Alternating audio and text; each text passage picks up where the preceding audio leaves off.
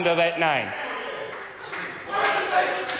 I call the Honourable Member Sua William Sio. Tolofalava. Tolofalava, Mr. Speaker. I found that last speech quite patronising, and I believe that that speaker is blind to the poverty that exists in his electorate in Hamilton. I want to welcome the introduction of this bill, Mr. Speaker, by Metiri Ature as an opportunity to debate and discuss the issue of poverty that many families, beneficiary families, working families, including middle-income families, are now facing, especially families that have young children. And we need to really talk about what we do with the 270,000 children who are living in abject poverty in New Zealand.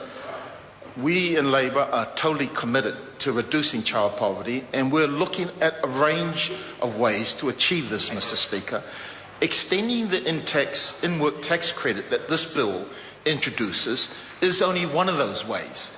And that's been part of our policy in the last election, and it's part of our goal to try and reduce child poverty.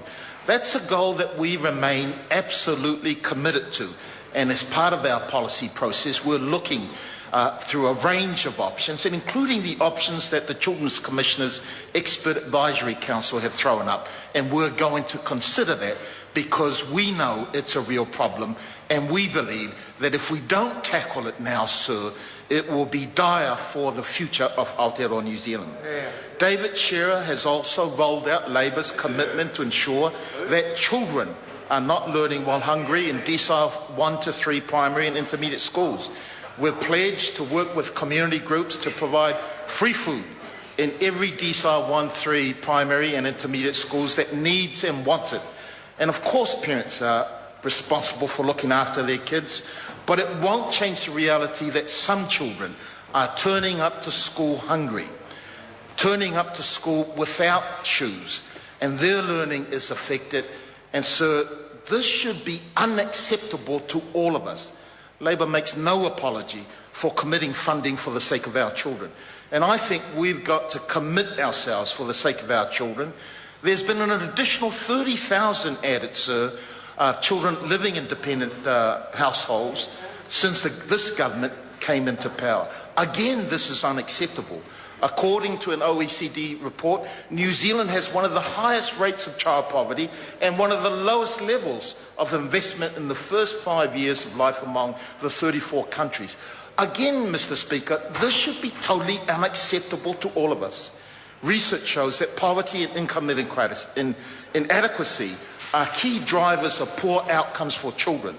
There is a need for more houses, quality and warmer homes, especially in Christchurch, and they have to be affordable by all. We've got to be prepared to acknowledge there is poverty and be prepared to measure progress of what we do about it. It is unacceptable for any government, to allow significant numbers of people to live in persistent poverty. The number of children living in hardship has increased from 15% in 2007 to 21% last year. It is unacceptable, I say, Mr. Speaker, for any Prime Minister, to promise incessantly a brighter future for all New Zealanders during an election campaign and then fail to deliver after he got everyone to buy into that promise. Every New Zealander, I would say, would be disappointed and have every right to be in the failure of this government to keep that promise.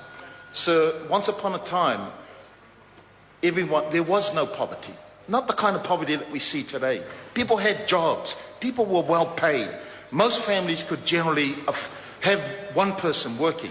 Everyone had a house which was affordable. Everyone had food on their table. Milk was delivered to people's doorstep.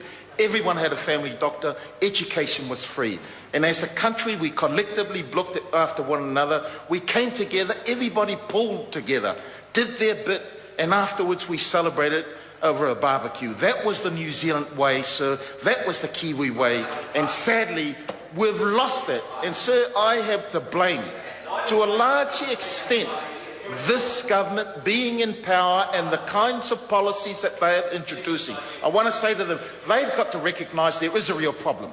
And unless they do that, sir, nothing is going to be done under this government's watch. Labour and Shearer will fight to ensure that we get rid of the poverty. I call the honourable member Jan Logie. Thank you, Mr. Speaker. As the Green Party spokesperson for income support at